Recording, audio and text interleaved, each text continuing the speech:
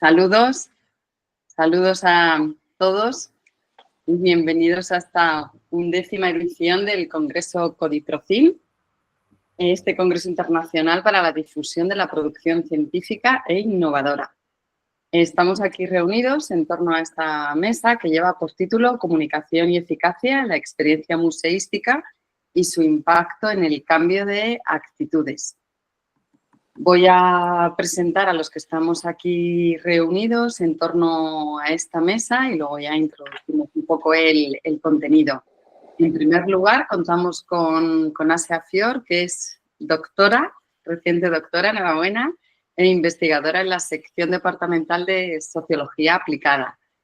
En esta misma sección departamental tenemos al compañero José Antonio Ruiz San Román, profesor titular en esta sección que está en la Facultad de Ciencias de la Información de la Universidad Complutense de Madrid. También contamos con el profesor Oliver Carrero Márquez, profesor titular en la Universidad CSIC, con Rafael Carrasco Polaino, también en esta Facultad de Ciencias de la Información, profesor titular en el Departamento de Periodismo y Nuevos Medios. La profesora Ana Pedrero Santos, profesora ayudante doctora y vicedecana de estudiantes, en este caso en la Facultad de Ciencias Económicas y Empresariales, aquí también en la Universidad Complutense. Y finalmente yo misma, Mónica Viñarás, en el Departamento de Ciencias de Comunicación Aplicada, profesora permanente laboral en esta facultad. Bueno, pues estos somos nosotros los que estamos aquí en torno a esta mesa para hablar de museos y eficacia. Todos pertenecemos al grupo de investigación de comunicación y públicos responsables, y ese también es un poco el motivo que nos ha llevado a abordar este tema y por qué los museos en la estrategia de comunicación.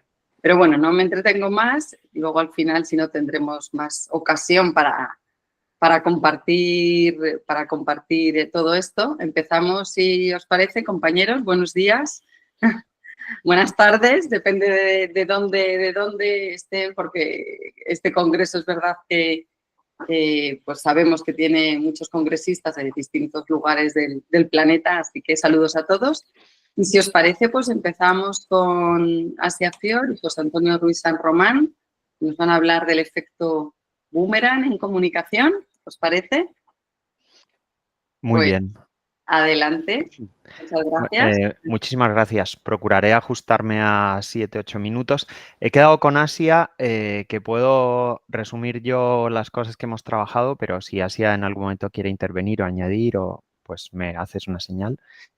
El contexto de nuestro grupo de trabajo, como es conocido por los que estáis aquí, es la comunicación responsable y la vulnerabilidad, y los problemas que se encuentran cuando hacemos comunicación sobre vulnerabilidad.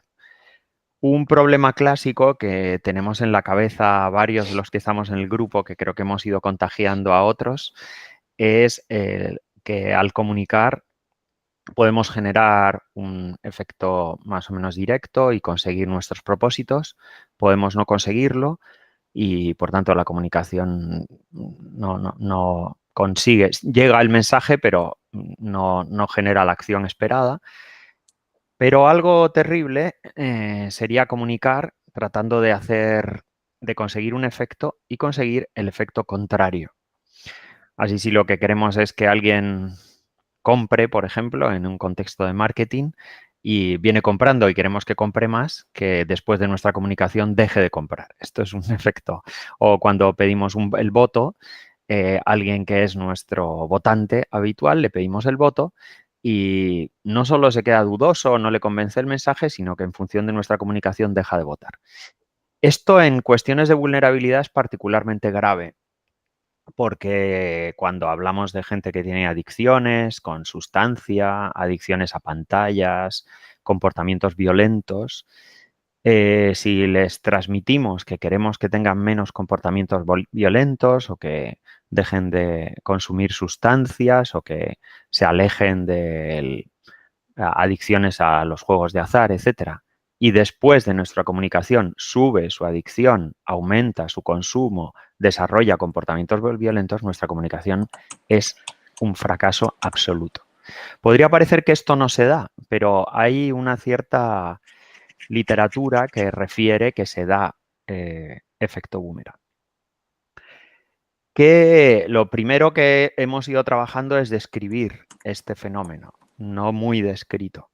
Tenemos algún artículo en la revista Comunicar, en su etapa buena, digamos. Tenemos algunos trabajos relevantes que invito a los interesados a verlo. Y también estamos haciendo esfuerzos por sensibilizar sobre esta realidad, es decir, que a veces puede que las instituciones públicas, las políticas públicas o los colegas de comunicación se queden muy contentos porque han comunicado con claridad un mensaje y no sean conscientes de que pueden estar generando lo contrario de lo que buscan. Por tanto, y conecto con lo que es el objeto de esta mesa, nos planteamos que una vía de solucionar o de comunicar mejor, detectar si se está dando efecto boomerang, etcétera, es salirnos de los procesos de comunicación convencionales e ir a comunicación con una fuerte carga experiencial. La comunicación con experiencial, hay bastante literatura sobre esto, particular, en fin, en distintos ámbitos de la comunicación. Pero, ¿cómo llevarla a los temas de las vulnerabilidades? Evidentemente hay comunicación experiencial cuando alguien acude a una tienda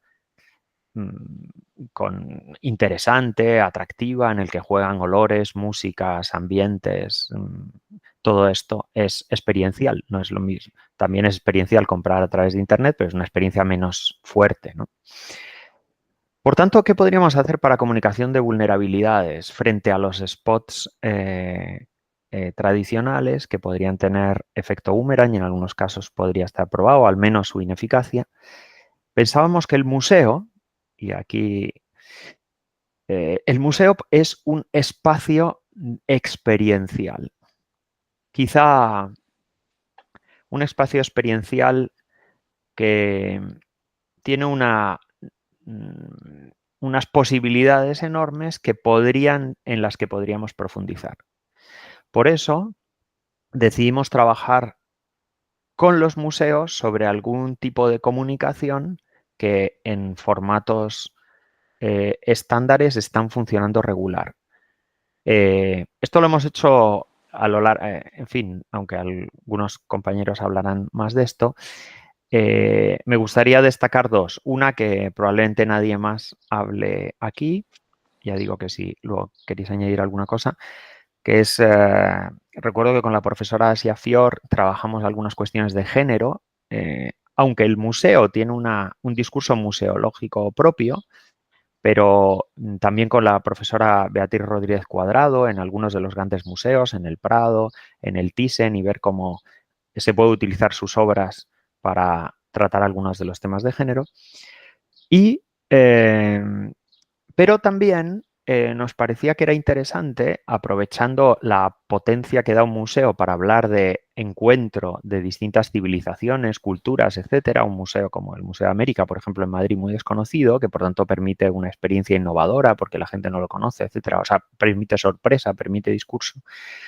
Trabajamos a partir de los datos y de algunas piezas que hay en el museo que hablan de cómo dos civilizaciones, como la europea y las civilizaciones indígenas americanas, particularmente mesoamericanas, se encuentran y cómo ahí se producen distintos fenómenos, desde colisiones hasta esfuerzos de comprensión. Y además hacemos dialogar a los visitantes entre ellos, con los que enseñan el museo, etc. Esto genera un modelo de comunicación experiencial que nos parece que tiene un enorme potencial para tratar de corregir e interactuar sobre el efecto boomerang. De ahí la conexión entre efecto boomerang comunicación experiencial y museos que estamos proponiendo. 7 minutos. Creo que podría hablar mucho más, pero muchas gracias. No sé si queréis añadir alguna cosa más. Así. Sin duda. Estoy convencida que podrías hablar muchísimo más. Uy, creo que se nos ha ido al querer a lo mejor silenciarse. Ahí está de nuevo el profesor José Antonio. Que estoy convencida que podrías estar hablando muchísimo más, pero no te vamos a dejar. No sé si la profesora Asia quiere añadir algo más o... No.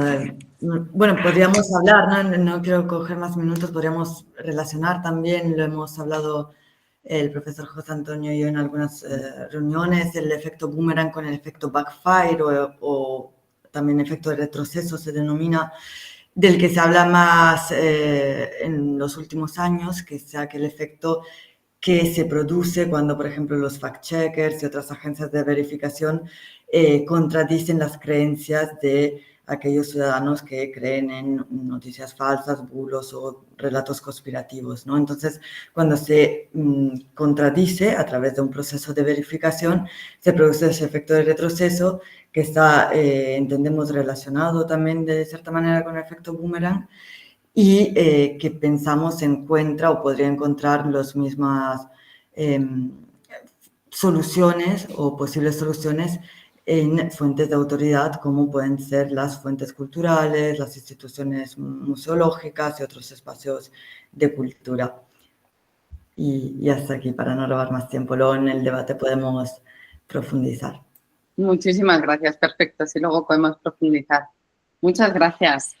Bueno, pues a continuación vamos a dar la palabra al profesor Rafael Carrasco, como decíamos, aquí en esta facultad, en Nuevos Medios, que también desde otra perspectiva continuamos abordando el objeto de estudio. Profesor Carrasco. Hola, buenos días, buenas tardes, muchas gracias a todos. Bien, en mi caso lo que he estado analizando es la experiencia de uso de las redes sociales en relación con la experiencia de los museos que ha mencionado Hars en diferentes iniciativas. Y esta idea viene a partir de un estudio que hicieron profesoras de este departamento, que era intentar ver cómo la experiencia museística tenía un efecto respecto de la percepción de la comunicación del racismo en unos estudiantes. Entonces, lo que recogieron fueron reacciones después de ver un spot de una campaña institucional, de una campaña de comunicación respecto del racismo, y midieron sus reacciones y luego fueron al Museo de América, como ha comentado Hars, hice una visita guiada y explicada y entonces luego volvieron a medir las reacciones que tenían después de la experiencia museística. En este caso, lo que intenté ver o lo que he estado un poco estudiando es cómo pueden el uso de las redes sociales complementar esta experiencia y dar mayor difusión a la percepción que tienen los usuarios respecto del tema que queramos estudiar a través de la visita a los museos. ¿Y esto por qué viene? Porque los museos ya no son espacios estáticos como tradicionalmente podía ser, que uno visitaba el museo estaba ahí y salía del museo, había vivido una experiencia, sino que a través del uso de las redes sociales se convierten en espacios de mediación digital, porque los visitantes, mientras visitan el museo, están contando a través de las redes sociales lo que están viendo, lo que están viviendo, lo que están sintiendo durante esa visita. Cuando comparten un vídeo o una imagen en una red social, no solo están mostrando ese contenido, sino que están expresando ciertas emociones, están además señalando, yo estuve allí, y el comunicar yo estuve allí y sentí o viví esta experiencia tiene un efecto sobre el resto de usuarios. Además difunden sus reflexiones, pueden decir pues sentimientos, conclusiones, les gustó, no les gustó, qué es lo que vivió en ese museo. ¿Con esto qué pueden conseguir los museos? Bueno, hay una evidencia clara en donde, esto está más que comprobado, en donde a mayor engagement en las redes sociales respecto de la comunicación de los museos, mayor número de visitantes. De manera que la idea que podría o la estrategia de comunicación de los museos podrían seguir. Vamos a transformar a los seguidores en visitantes y a los visitantes en embajadores digitales. A través de estos usuarios comuniquen en las redes sociales sus experiencias. Lo que van a conseguir es visitantes sensibilizados después de la visita a un museo, van a conseguir que otros usuarios que siguen a los museos o a estos usuarios que han comunicado visiten su museo y perciban, por así decir, una experiencia similar. Aquí surge un problema y es, ya todos sabremos, no sé si conocemos un evento en el Young Museum que era Buckets to Art, en donde hubo grandes quejas por los usuarios que haciendo fotos se hacen selfies y por querer difundir esta experiencia entorpecen la experiencia de otros usuarios. Una estrategia que han seguido muchos de los museos es establecer horarios en donde no se puede acceder con teléfonos móviles, no se permiten hacer fotografías y de esa manera se podría tener una experiencia en donde se difunde a través de redes y otra experiencia en la que no. Esto sería muy interesante también estudiarlo y tiene sentido dentro de nuestro grupo. Es decir, queremos medir o hacer cambiar o ver qué percepción, qué cambios se producen en ciertas sensaciones en públicos vulnerables, como el racismo podría ser, y hacer una visita con móviles en donde vayan contando su experiencia mientras visitan el museo y otras sin ellos y ver cuál sería el alcance o el cambio de experiencia que supone esto. Hay una característica que también he ido viendo cuando he analizado la comunicación de los museos, es que en algunos museos la comunicación que se hace en redes es algo ajeno a la comunicación general. Y esto se ha comprobado que no funciona de la misma manera. Entonces es muy importante que los museos entiendan que la estrategia de comunicación en redes sociales debe estar integrada con su estrategia general de comunicación. Tiene que ser una comunicación totalmente integrada. A partir de aquí, a modo de conclusión, lo que a mí me gustaría, lo que lanzo aquí como idea al grupo es realizar estos experimentos de experiencias museísticas, incorporarle el factor de las redes sociales, porque podríamos medir el resultado del experimento no solo a través de su vivencia personal, del estudiante o del visitante, sino qué efecto tiene la comunicación de nuestro visitante respecto de sus seguidores. De manera que se podría hacer como una capa más de análisis de esta experiencia museística. Ahí lo dejo por si resulta de interés para otra ocasión. Muchísimas gracias a todos. Muchísimas gracias. Qué bien, que además ya salimos con, no vamos por la mitad, ya tenemos propuestas para continuar trabajando. Estupendo, da gusto. Muy bien, muchas gracias, profesor. Gracias. Pues continuamos con la profesora Pedreño, Ana Pedreño, que viene en este caso de la Facultad de Ciencias Económicas y Ciencias Empresariales y continúa, creo, hablándonos de racismo y el efecto de los museos en campañas de concienciación. Muchísimas gracias. Adelante. Bueno, buenos días, gracias a todos.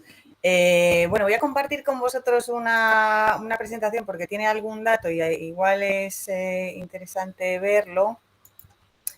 Esto, a ver si lo puedo poner en formato...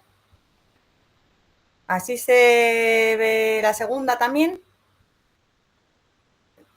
¿Se ve cómo lo he pasado? Se ve. Sí, vale. Sí.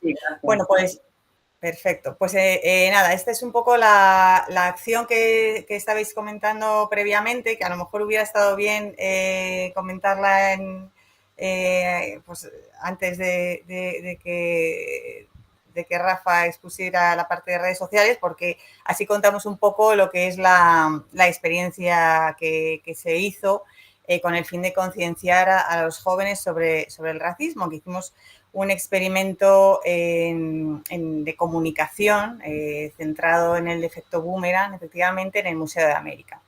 Bueno, esto parte un poco de se elige a los jóvenes por esa vinculación que tienen con el odio desde el momento en el que para ellos pues se generan una serie de situaciones emocionales que son difíciles de racionalizar porque no son suficientemente maduros, ¿no?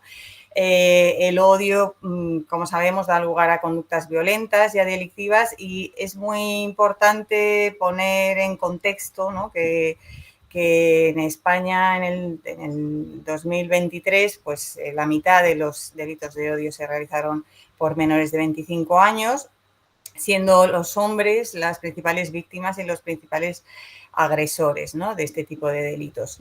¿Qué ocurre? Pues que los mensajes de odio cada vez están más presentes en el discurso público en toda Europa. Hemos acudido a una serie de informes de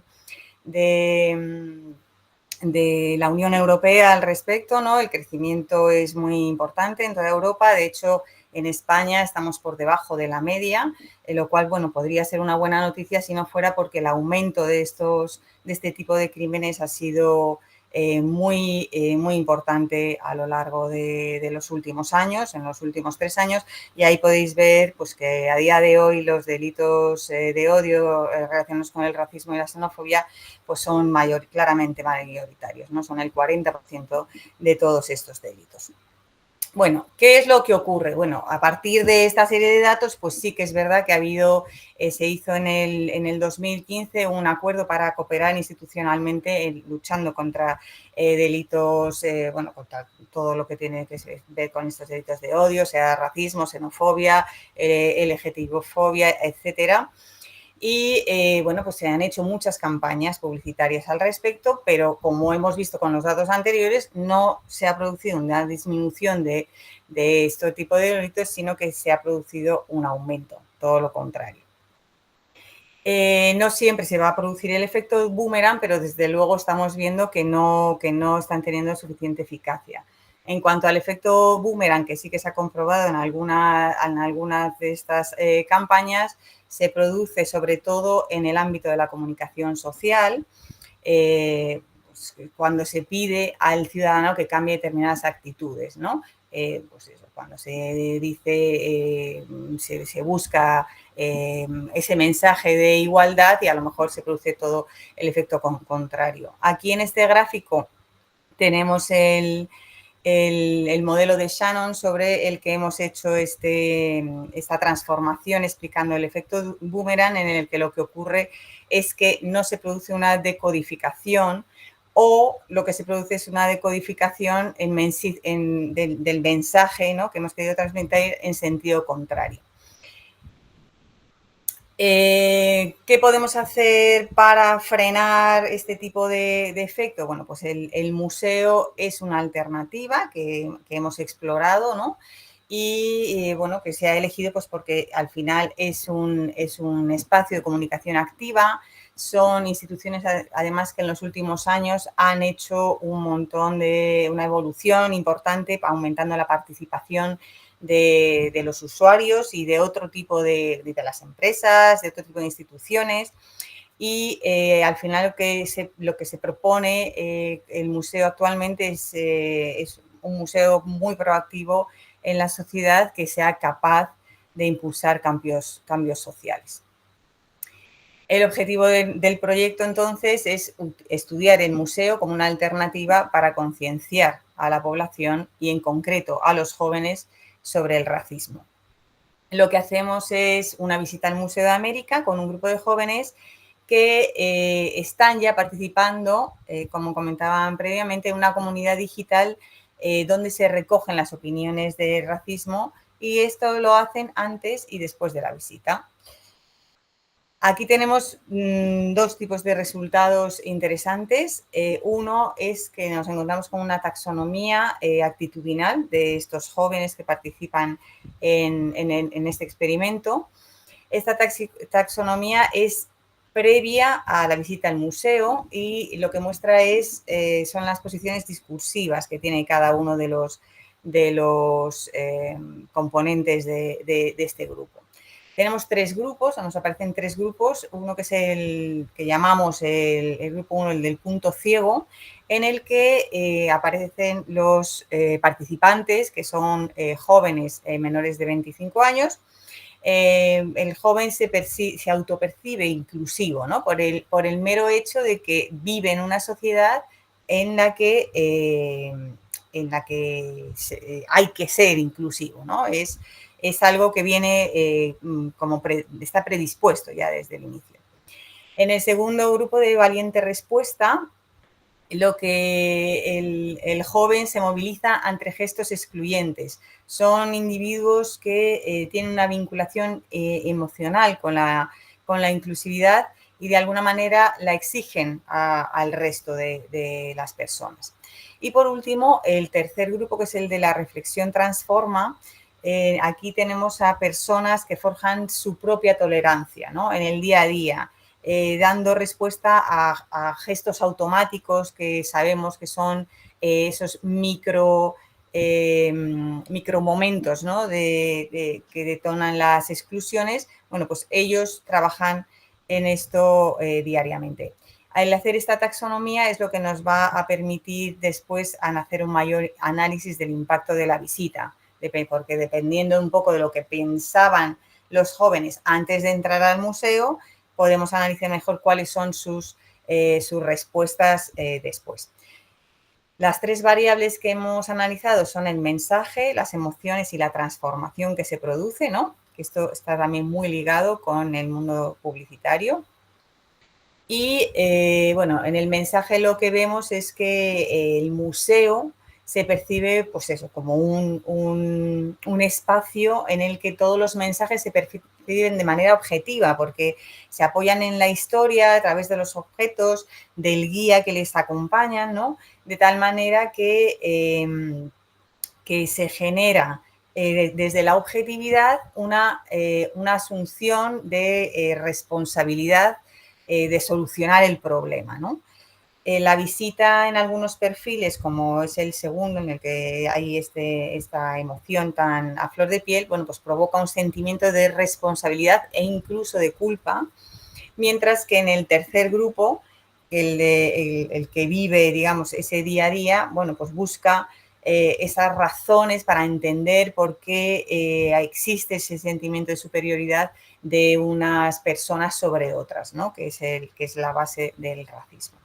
En cuanto a las emociones, bueno, pues vemos que a mayor concienciación previa hay una mayor emoción y, por tanto, hay un mayor impacto de la visita. En el primer grupo, que es, digamos, el más aséptico, se remueven pensamientos latentes y hay un mayor interés por conocer y entender el pasado, lo que al final les lleva a una reflexión crítica. En el segundo grupo, bueno, pues está dispuesto a tomar una posición individual y la viven con una mayor intensidad emocional y trasladan la reflexión sobre el fenómeno al momento contemporáneo, que es algo muy interesante, ¿no? Porque de alguna manera intentan entender el pasado sin quedarse en el pasado, sino trasladándolo al futuro e intentando entender también por qué sucedieron estas cosas en el pasado. Y por último, en el tercer grupo, pues se produce una emoción muy positiva, incluso de gratitud, ¿no? Y por último, en cuanto a la transformación, pues vemos que el museo en todos los grupos tiene una capacidad de concienciar, pero en distinta medida, según la predisposición que tuviera el visitante antes de entrar, ¿no?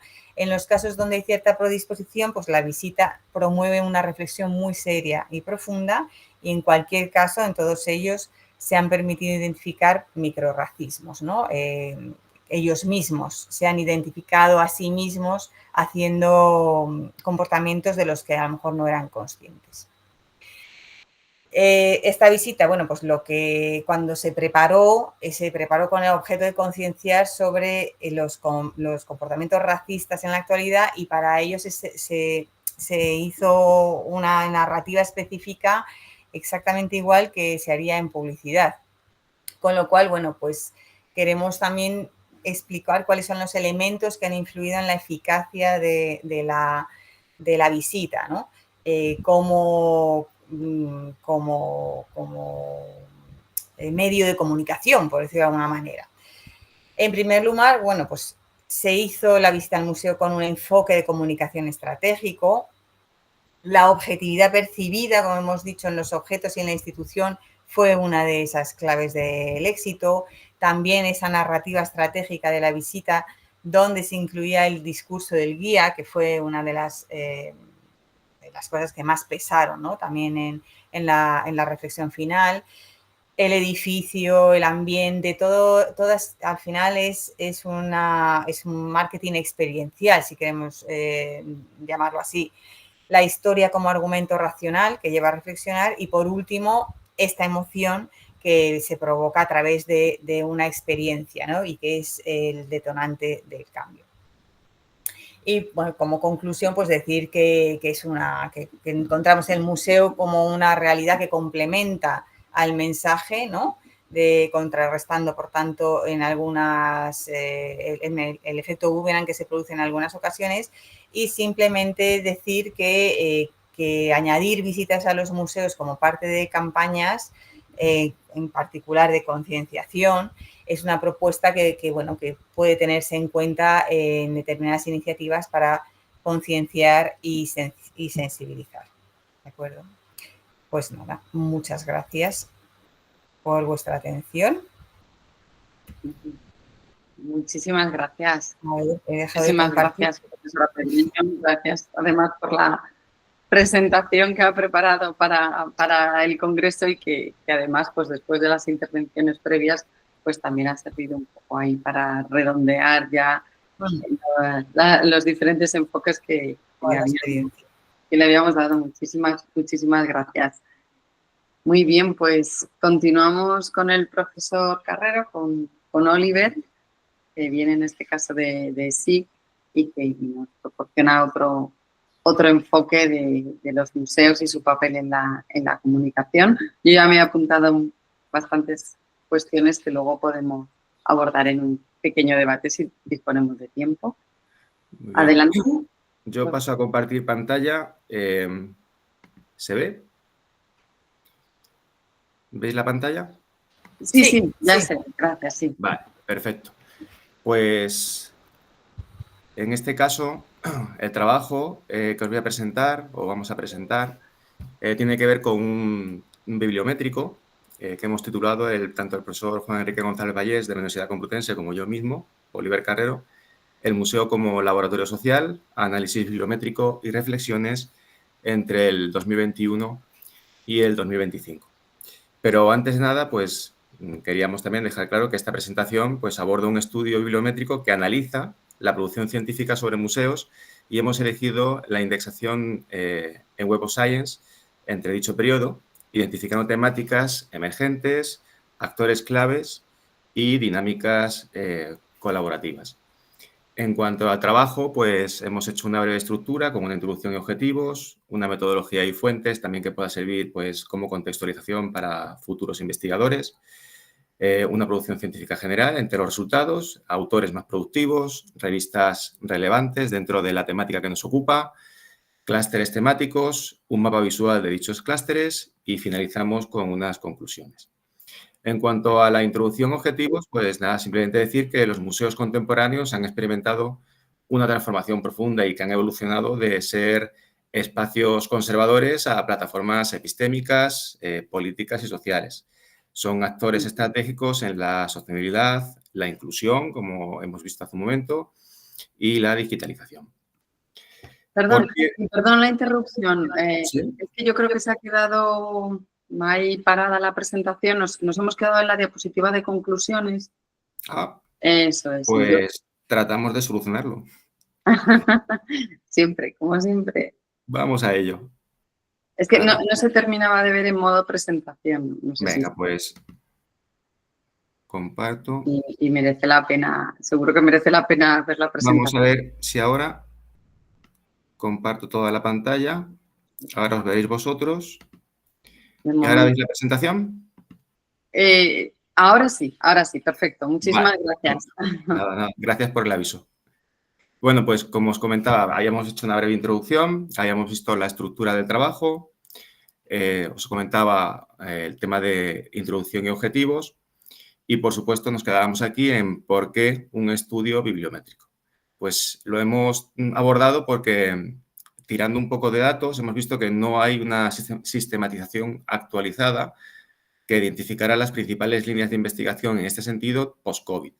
Por lo tanto, consideramos que se hace necesario comprender el estado del conocimiento, mapear la red de autores y revistas, así como detectar pues, tendencias emergentes. En cuanto a la metodología y fuentes, pues nos hemos basado en Web of Science. Es cierto que tiene algunas limitaciones porque se centra mucho en el mundo sajón, pero bueno, es la base de datos que hemos elegido quizá por su representatividad. En cuanto a la palabra clave utilizada, hemos utilizado una palabra clave muy amplia como es museums, que luego sí que hemos tratado más adelante de forma semántica, ¿no? Como veremos también a la hora de ver las herramientas que hemos trabajado. El periodo de análisis es entre el 21 y el 25. La muestra que hemos obtenido con esa palabra clave en esa franja temporal ha sido de 3.929 registros y las herramientas empleadas han sido, por una parte, Excel para el tema de la limpieza de los datos, BossViewer para visualizar clústeres, Bibliometrics para el análisis estadístico, redes de coautoría y factores bibliométricos y, como os comentaba, por último, Python para el tratamiento de palabras clave y análisis semántico de los abstracts.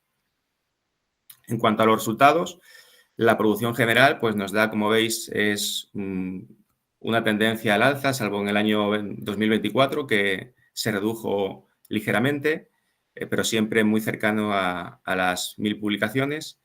En 2025, hasta mayo, que es la muestra que se ha escogido para este trabajo, había un total de 261, pero por encima de esta producción científica, lo que consideramos más importante también es la parte cualitativa. Es decir, en el 21-22 el interés se centró en colecciones de historia natural, biodiversidad y conservación, posiblemente impulsado por preocupaciones ambientales post-pandemia.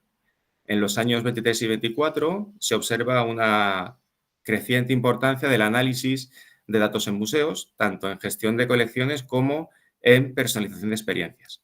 Y por último, en el 2025, la apuesta es creciente en torno a metodologías digitales, enfoques educativos y la experiencia del visitante. En cuanto a la producción, tipo de documento, pues vemos artículos. En Web of Science hay una diferenciación entre artículos y artículos de investigación, pero que podríamos sumar perfectamente. Y, bueno, pues luego, en menor medida, acceso anticipado, reviews y editorial. En cuanto a autores más productivos, bueno, pues hemos sacado una gráfica, pero como pasaba antes con el tema de la producción, preferimos centrarnos en los 5 primeros autores en la temática utilizada. Entonces, estos 5 autores comparten un enfoque centrado en la conservación preventiva y la gestión ambiental en museos. Sus investigaciones abordan temas como el control de plagas, la calidad del aire interior, impacto de contaminantes, salud de las colecciones y sostenibilidad climática en espacios patrimoniales. En cuanto a revistas más relevantes, pues tenemos Sustainability, Heritage, Applied Science Based, etc. También, pues bueno, para que aquellos que puedan estar viendo o verán más adelante este trabajo, pues también sepan a qué fuentes podrían acudir pues, de mayor representatividad. En cuanto a clústeres temáticos, hemos detectado 5 clústeres temáticos. El primero, por orden, no porque sean más o menos relevantes en cuanto a lo que es producción, el museo como agente de sostenibilidad cultural y desarrollo local en el diálogo con su territorio. En segundo, el museo como un entorno pedagógico participativo. El tercero aborda el museo como una institución que adapta sus modelos de gestión ante escenarios de crisis. El cuarto clúster tiene que ver con el control ambiental y biológico para preservar colecciones patrimoniales.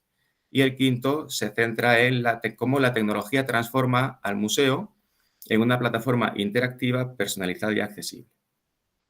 Este sería el mapa que hemos obtenido en cuanto a lo que es la clusterización y que a continuación vamos a ver de forma desglosada. Así, en la parte de educación en museos se observan pocos puntos, pero muy distribuidos, que indicando una temática transversal que aparece en múltiples contextos. Está conectado tanto con el clúster digital como con el de patrimonio. En cuanto a lo que es la gestión de colecciones, Esta distribución indica que los estudios sobre preservación, catalogación o calidad ambiental comparten un vocabulario técnico muy definido. En cuanto a lo que son museos digitales, observamos gran diversidad en la zona donde se concentran artículos sobre inteligencia artificial y realidad aumentada, entre otros. En la parte de historia natural y biodiversidad se observa una gran concentración en la zona central y representa estudios centrados en especies, museos científicos y conservación biológica. En la parte de patrimonio e identidad, este clúster incluye trabajos sobre memoria, comunidad, identidad cultural, sostenibilidad y desarrollo territorial.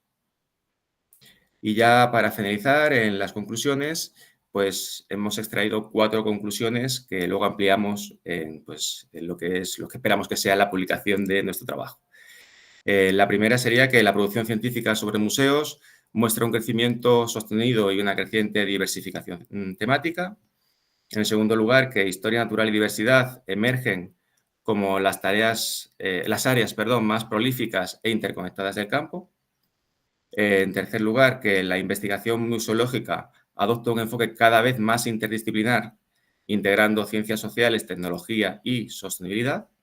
Y por último, que los autores más productivos se especializan en temas críticos como la inclusión cultural, la conservación ambiental y la transformación digital. Y nada, pues muchísimas gracias y esto sería todo. Muchísimas gracias, profesor Carrero. Gracias también por la presentación, las imágenes, porque siempre ayudan mucho. Creo que, no sé si ha levantado la mano alguien. Un derrape de dedo, perdón. Ha derrapado el dedo por el teclado. Perdón. Nada, por favor. Fenomenal. Nada, muchísimas gracias. Muy interesante ver cómo está evolucionando, ¿no?, la investigación en torno a los museos. Muchas gracias. Bueno, pues me toca a mí.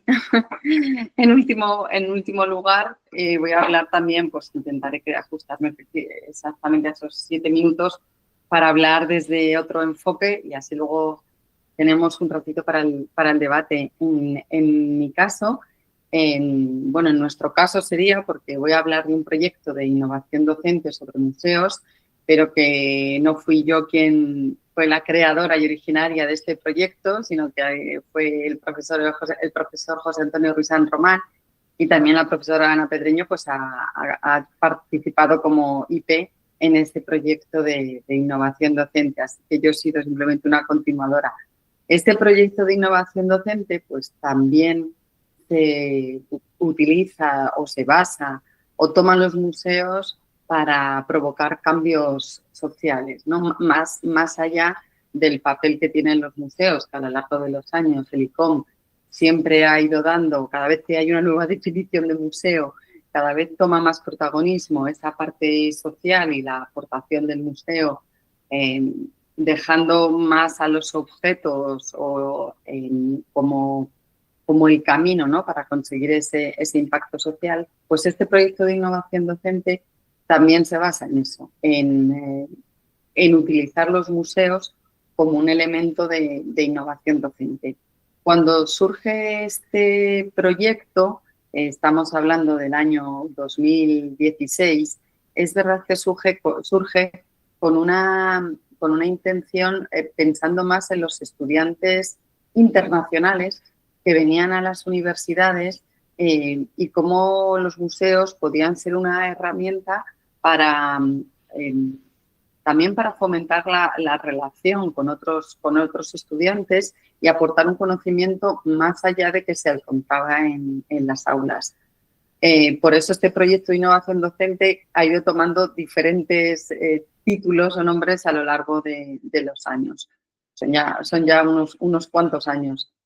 También adaptándose cada año a temáticas o circunstancias del contexto que hacían pertinente darle este nuevo enfoque. En este curso 2024-2025, el nombre, la denominación del proyecto ha sido específicamente el museo como estrategia docente para el fomento del pensamiento crítico y la co-creación frente a la polarización social en un contexto internacional. Es decir, este último año pues veíamos como bueno, una situación que yo creo que por todos es conocida de polarización, donde reforzar la mejor vacuna, podríamos decir, es el pensamiento crítico, donde tener, y esto ya se ha comentado aquí, fuentes de autoridad, pues refuerza la capacidad de la persona para tener criterio y poder discernir sobre aquello que merece la pena entender como una realidad. No sé si como verdad o como una realidad más o menos objetiva. ¿En qué consiste este proyecto? Pues en algo que aparentemente no es muy novedoso, porque durante la educación infantil en el instituto es bastante habitual que los profesores vayan con los estudiantes a los museos. Bueno, pues eso es lo que hemos hecho aquí en la universidad, llevarnos a los estudiantes a los museos. ¿Qué ocurre? Que claro, se hace con otro contexto, con otra finalidad y de otra manera, ¿no? Pero también ahí radica un poco la innovación en hacer cosas que siempre se han hecho, pero de manera diferente, ¿no? De manera diferente. Y esto es lo que hemos hecho. Llevarnos a los estudiantes a los museos para proporcionar esas fuentes de autoridad que les permitan tener más criterio frente a la polarización. Este era el principal objetivo en este curso del proyecto. Luego había otros objetivos secundarios, que por ejemplo también era crear espacios un poco, y esto es muy interesante porque contrasta con lo que decía antes el profesor Carrasco, también buscábamos espacios donde no hubiera tecnología, donde tuvieran que crear una conversación o un diálogo simplemente utilizando la palabra, ¿no? Que en este caso veíamos que volvía a ser casi innovador. Y fomentar esas relaciones sociales que también algunos estudios están ya avisando de que algunos adolescentes pues empiezan a tener dificultades en las relaciones sociales por la limitación que tienen de comunicarse a través principalmente de WhatsApp. Hemos hecho 6 visitas a 6 museos durante el curso. Empezamos con el Museo de Artes Decorativas, que permitió, junto con la visita al Museo del Romanticismo, pues conocer otras épocas, otras costumbres, otros comportamientos y contrastarlo, como decía antes la profesora Pedrero, me parece, contrastarlo con la actualidad. Hicimos una visita a la Fundación Telefónica, por su centenario organizó una exposición que se llamaba Miradas que comunican, que era un recorrido a través de la historia de la comunicación. Estando como estamos nosotros en la Facultad de Ciencias de la Comunicación, pues nos parecía muy, muy pertinente, también relacionando cómo la comunicación influía, ¿no?, en los comportamientos sociales y lo que provocaba. En la Fundación Canal aprovechamos una exposición temporal de Andy Warhol, carteles no solo publicitarios, sino también vinculados con la música, con el cine. No he dicho, y me estoy dando cuenta ahora, de que todas las visitas fueron visitas guiadas con personal de las instituciones, excepto el Museo del Romanticismo, creo que fue a través de la de Telefónica, la de Miradas que comunican, que como era específica de comunicación, pudimos hacerla con un profesor de la facultad, con el profesor Cabezuelo. Pero como decía, todas las visitas fueron con personal de las instituciones, algo que los estudiantes, y eso creo que merece la pena destacarlo, agradecían mucho y demandaban. Quieren visitas con personal especializado. O sea, les gusta, lo que también demuestra que buscan esa autoridad. Decía, visitamos Andy Warhol y nos quedan 2 visitas. La última fue al monasterio de las Descalzas Reales. Diré que a mitad de este curso se incorporó una estudiante al proyecto de innovación docente lo que le dio mucho, provocó un cambio porque creó un grupo de WhatsApp, algo muy sencillo, pero creó un grupo de WhatsApp con los estudiantes, los profesores no estábamos y se notó que eso facilitó mucho el sentido de pertenencia, de hacer lo suyo entre los estudiantes y se plantearon algunas encuestas para ver qué museos les apetecía visitar. Y yo creo que eso fue bastante interesante para hacerlo suyo y hacerlo más legítimo. Y he dejado para el último momento, y ya voy acabando, una visita que hicimos al Museo Arqueológico de Madrid, una visita que hicimos 3 veces, que se llama Ponte en mi lugar y que fue una visita, es una visita que tiene el museo para personas con problemas de visión, personas invidentes o con otros problemas de visión. Es una visita en las estaciones táctiles que tienen para estas personas. Pero esta visita está pensada para personas que sí que pueden ver, no tienen ningún problema de visión y es para sensibilizar sobre lo que, una palabra muy bonita que antes ha salido, de inclusión cultural, ¿no? Como estas personas pues no tienen los mismos derechos, aunque ahora está en la Constitución española en este caso, no tienen los mismos derechos porque no todos los museos pueden ofrecer estas estaciones táctiles a las personas invidentes. Y esta visita al Museo Arqueológico fue realmente muy, muy interesante. Como conclusión, ya acabando, donde muchos de nosotros participamos en este proyecto de innovación docente, es que realmente por las conversaciones y grupos de discusión que luego hemos hecho con los estudiantes, les resulta muy atractivo, agradecen mucho que la propia universidad organice estas visitas, aunque lo podrían hacer ellos, pero agradecen que se canalice a través de la universidad y refuerza, más bien refuerza la idea que tienen de los museos sobre como agentes de autoridad, pero además les aporta nuevos atributos a estas instituciones que antes no tenían. Así que esperamos que el proyecto continúe, vamos, esa es nuestra intención, continuar con el proyecto de innovación docente en los siguientes cursos para trabajar, seguir trabajando en esta línea. Así que bueno, hasta aquí presentar este proyecto de innovación docente de museos en la universidad. Y bueno, pues nos quedan unos minutos para, pues si alguno de nosotros quiere comentar algo sobre algunas de las presentaciones, lanzar alguna pregunta, podemos generar, tenemos minutos. José Antonio Zars, has levantado la mano. ¿Qué por tal? favor. Bueno, estoy con muy poca batería, entonces a lo mejor se me apaga. Pero yo quería agradeceros, hay bastantes cosas muy interesantes. Quizá en el estudio de Oliver Carrero y Juan Enrique, no tenía claro si la temática es de los 5 grandes, los que más publicaciones tienen, ¿no? De donde se ha sacado. Vale, y sería sencillo ampliar un poco, porque quizá esos son unos usuarios un poco peculiares o incluso por temas, ¿no? Porque eso se ve que son gente que trabaja en los museos de temas de vista, digamos, de las ciencias experimentales y no sé si podríamos buscar gente que los trabaje desde la didáctica, si eso es posible con la programación que habéis hecho y la metodología. Sí, en principio sí, sería acotar un poquito más y filtrar pues, con otras palabras claves o analizando los abstracts de otra manera, semánticamente, y sí se podría. Sí.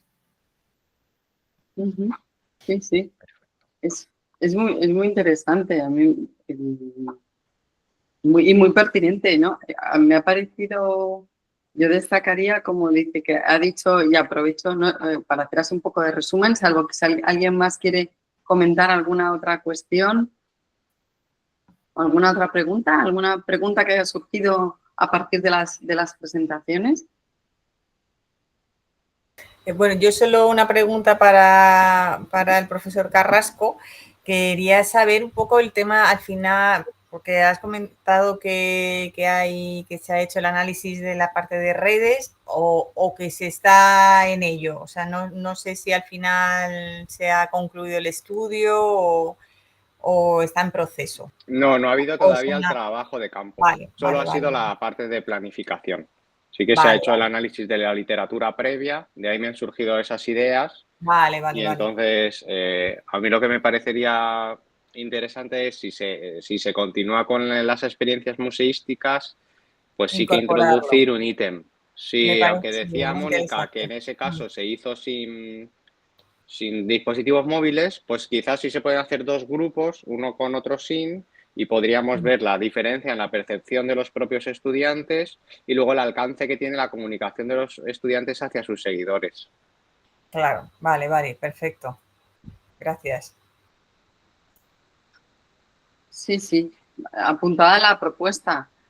Resulta muy interesante. Es verdad que, claro, por un lado, en el caso del proyecto de innovación docente, como era esa la finalidad, precisamente se buscaba que no tuvieran la tecnología, ¿no? Pero entiendo que efectivamente una investigación sobre, y es una de las cosas que yo me he apuntado, ¿no? Me ha parecido que era convertir, a ver si lo he hecho bien, convertir a los usuarios en visitantes y a los visitantes en embajadores.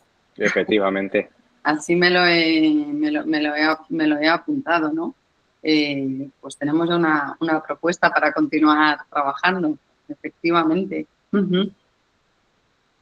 También iba a comentar antes, sí, el estudio de los profesores Carrero y González sobre el estudio bibliométrico, que me ha parecido ver como que sí que hay una pequeña tendencia, ¿no?, a la interdisciplinariedad. Claro que al principio era todo más en relación al propio objeto, la exposición y toda su museografía, y da la sensación de que se está abriendo a otros enfoques, ¿no?, de la institución. Sí, de hecho, bueno, también un poco en la línea, ¿no?, en la que este grupo de investigación trabaja, a esa transversalidad, a buscar valores añadidos, ¿no?, que te puede ofrecer el museo más allá de ser simplemente un espacio que, pues eso, que recoge obras de arte o recoge tendencias de algún tipo artístico, ¿no?, sino cómo ese arte puede conducir a otra serie de circunstancias. También destaco mucho todo el ámbito de interactividad y digitalización que se está dando precisamente, pues también comentaba el profesor Carrasco, ¿no?, de mejorar la experiencia de cara a que tengamos embajadores. Entonces, bueno, sí, estoy totalmente de acuerdo con lo que comentas, Mónica. Sí, bueno, claro, tiene todo el sentido. No sé si la academia, claro, bueno, no sé si, claro, lógicamente la academia va siempre un poquito por detrás de la realidad, pero porque nosotros necesitamos tiempo para investigar, ¿no? Eso lleva su tiempo, entonces siempre vamos un poquito, pero yo creo que en este caso vamos bastante a la par. Y efectivamente, es verdad que aquí, todos los que estamos aquí reunidos, por un motivo u otro, aparte de colaborar, llevamos años trabajando en museos y también hemos visto esa evolución, efectivamente. Bueno, pues si os parece un poco a modo de conclusión, yo he ido apuntando alguna idea y si os parece con esto podemos cerrar la mesa. En la primera intervención destacaría de Asia Fiori y José Antonio Ruiz San Román, que han hablado de generar un modelo de comunicación experiencial, ¿no?